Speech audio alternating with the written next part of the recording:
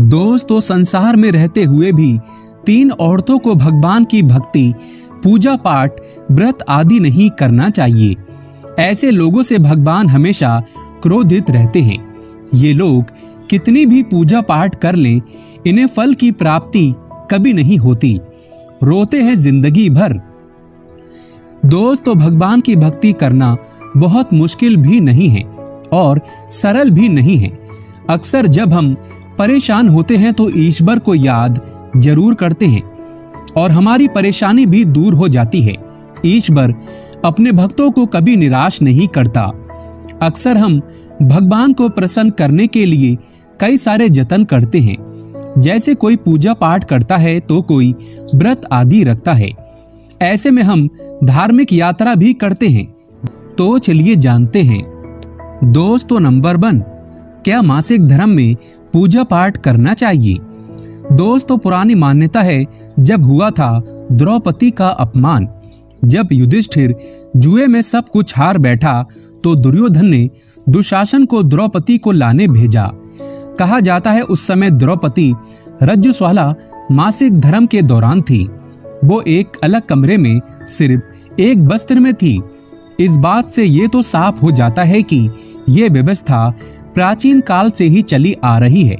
पुराने समय में ऐसे दिनों में महिलाओं को कोप भवन में रहना होता था। इससे ये पता चलता है कि महिलाओं को पूजा पाठ वगैरह नहीं करना चाहिए। लगता है पाप, लेकिन हाँ, आप व्रत आदि कर सकते हैं। ऐसे समय में आप पूजा किसी और से करवा सकते हैं। दोस्तों, नंबर 2, शादीशुदा महिलाएं और पुरुष।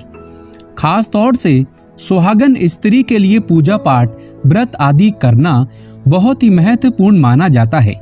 लेकिन क्या आप जानते हैं, अगर आपने हिंदू रीति रिवाजों के साथ 7 फेरे नहीं लिए हैं तो आप गलती से भी पूजा पाठ, व्रत आदि नहीं कर सकते। ऐसे में आप दूर रहें। बगैर 7 फेरे लिए कोई भी महिला या पुरुष पूजा आदि नहीं कर सकते, क्योंकि शास्त्रों में इस बात की कतई मनाही है। अगर आपने कोर्ट मैरिज भी की है तो भी आप इस व्रत को रखने में सक्षम नहीं हैं। पहले आप 7 फेरे लें, तभी ही आप पूजा आदि कर सकते हैं। 7 फेरे लेने के बाद आप किसी भी धार्मिक कार्य में शामिल भी हो सकते हैं। और अगर आप शास्त्रों के विरुद्ध ऐसा करते हैं तो आप पाप के भागीदार बन सकते हैं। ईश्वर आपसे नाराज हो सकता है। दोस्तों, नंबर 3, चरित्रहीन व्यक्ति व मन में गंदे विचार। एक चरित्रहीन व्यक्ति और दुष्ट व्यक्ति की आराधना से हमेशा प्रभु दूर रहते हैं।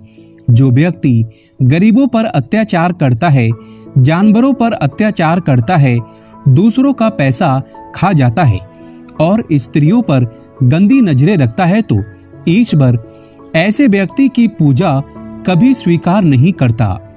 अगर हम शास्त्रों की माने तो अगर आपके मन में गलत विचार आते हैं और आप दूसरों के प्रति गलत भावना अपने मन में रखते हैं तो आप भगवान की पूजा कभी नहीं कर सकते।